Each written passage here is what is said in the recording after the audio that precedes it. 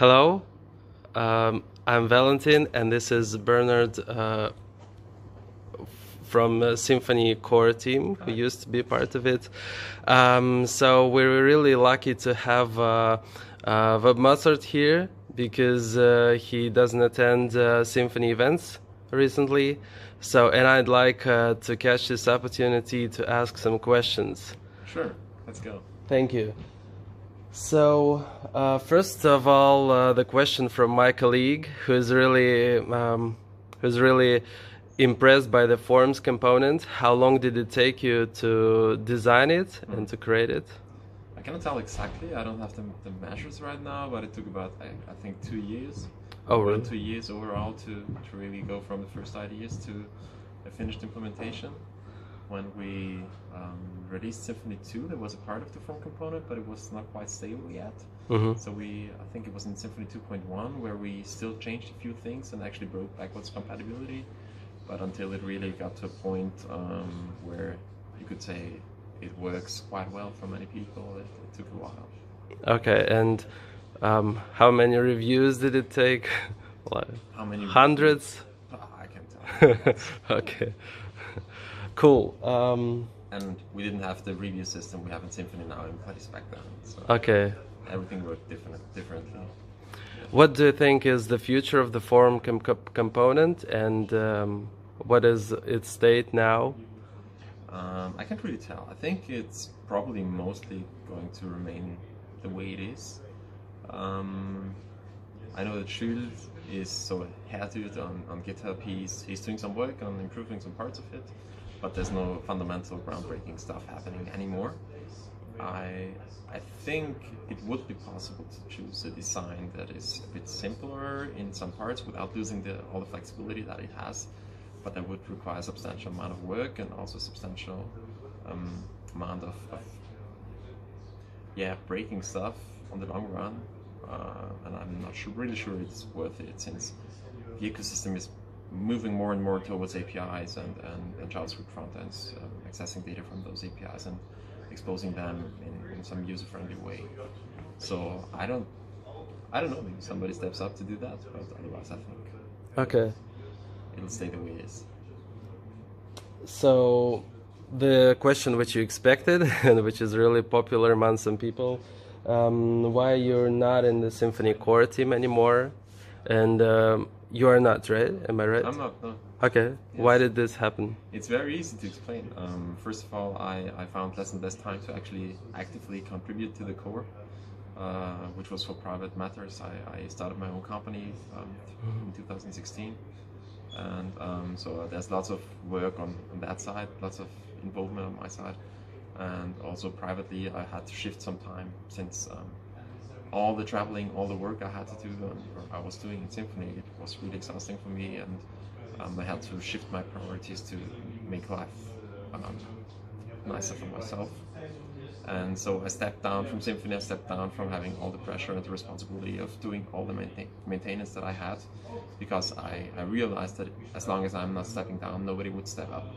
Okay. And so I basically resigned from doing work on Symphony for a while. And as a result, obviously, in time I was not part of the core team anymore, because if I'm not actively contributing, there's no point in being officially part of the core team. Yeah. Okay.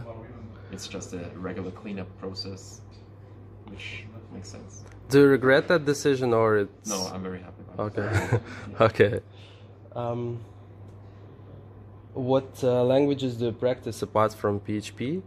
At the moment, Yeah. about 50% PHP, 50% TypeScript. So Okay. back end and front end. And I saw you have some repositories in TypeScript. Yes. I do. Could be. But do you actively develop some open source projects in TypeScript, or it's all internal in your company, right? We don't have any open source projects. We do lots of Angular right now, and we have some internal component libraries, but there's nothing that could be open source, I guess. So there's people that are much longer involved in the TypeScript community and Angular community than I am to produce awesome stuff for them. I'm more a consumer there. Okay, and how often do you use Symfony now? Every day, basically. Okay, so in your internal projects, almost all are based in Symfony. Yeah. Cool. Um, so then a general question, how would you recommend to approach designing huge libraries such as Validator or Form? Is it just an inspirational thing, or you might advise some approach to doing such big things? I don't really know where you aim at with that question. If you ask about what the motivation would be for a person to do that, I think you can learn a lot.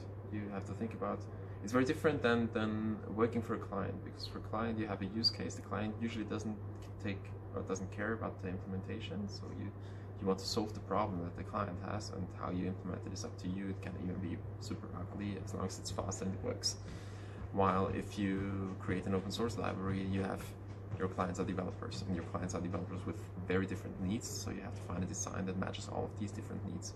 And doing that is a very nice task and challenge for your brain. And I think it moves you along a lot as a developer in terms of finding nice architectures, trying out different things, and becoming better. Okay, and then another question is how to organize your time when creating such a thing, because from my own experience, you might take nights and days off, and it never stops actually. There's a lot of space to improve always, and sometimes you even don't know which approach is better. So do you have any kind of advice how to cope with this, how to do better, how to make yourself do better decisions? Well, I guess you're asking the wrong person, since Okay. I really didn't manage to divide my time in a way that I could actively go on maintaining that, especially since the form component and all the issues around that are so complex and so time consuming. Like back then, before I stepped down, even just reading an issue and thinking about solutions to one issue could take me 3 hours. Okay. Just one issue. And there were dozens or even hundreds of issues open, so it was just unbearable.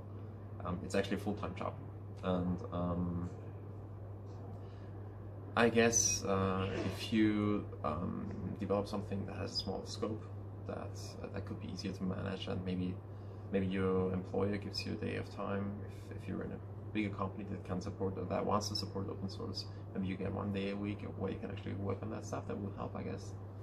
Otherwise, if you take time of free on weekends, that works as well. Although it also takes away time that you could spend with your family, with sports, with friends. And I think that's really important too. Mm-hmm. So yeah, it's a difficult task. I don't have an answer. Okay. What do you basically take inspiration from? What do you mean? I mean, were forms in particular inspired by something, or it's just completely out of your mind? In essence, there were some projects that were an inspiration for the way the forms were developed. So in the beginning, I looked a bit at Sandform, or quite a lot at Sandform, how it is implemented, and of course Symfony 1. So my original experience was from Symfony 1, how forms were implemented there. I wasn't really happy with that, and so I was trying to find ways to redo that, and I looked at all kinds of different projects to find inspiration. So Sandform was one of them. There was an academic project, so a paper that I found about how to do model-driven forms, basically, and I also looked at form implementations in different frameworks, although in most of the frameworks it's a very low-level approach where you basically just have wrappers for HTML tags. Mm-hmm. So most of the design actually came out of my own experience, and out of the experience that we as a Symfony developer, Symfony community collected over the years, and then we tried to find a matching design to solve all these issues that people had. Okay, and validator? And for the validator, there was a big inspiration. It was based on Java, on a JSR, that means Java specification request. 303, I think was the name. It's Java's validation spec, bean validation, and most of the concepts I borrowed from there, although it's a bit simplified. Including the contextual things, those recursive contextual classes and so. The context, it's not exactly the same. So the context exists in Java, in the JSR. All these annotations exist there. The groups exist there. So that concepts are borrowed. but then based on that, we did an initial implementation, and then tried to find our own ways to solve the problems that we continue to have. So it's not a 100% identical implementation. Okay. Of course. And how far both components diverged over the time from the inspiration sources? The validators stay, I think, quite close to it, except for that the inspiration sources continue to grow. Okay. As far as I know, there was a second spec built on Chase R303, although I didn't follow that anymore, that built on or extended Java validation. But I think it stayed to the part of the origins. It stayed quite close to that. Okay. For the form component, since it was so different than all the inspirations. Yeah.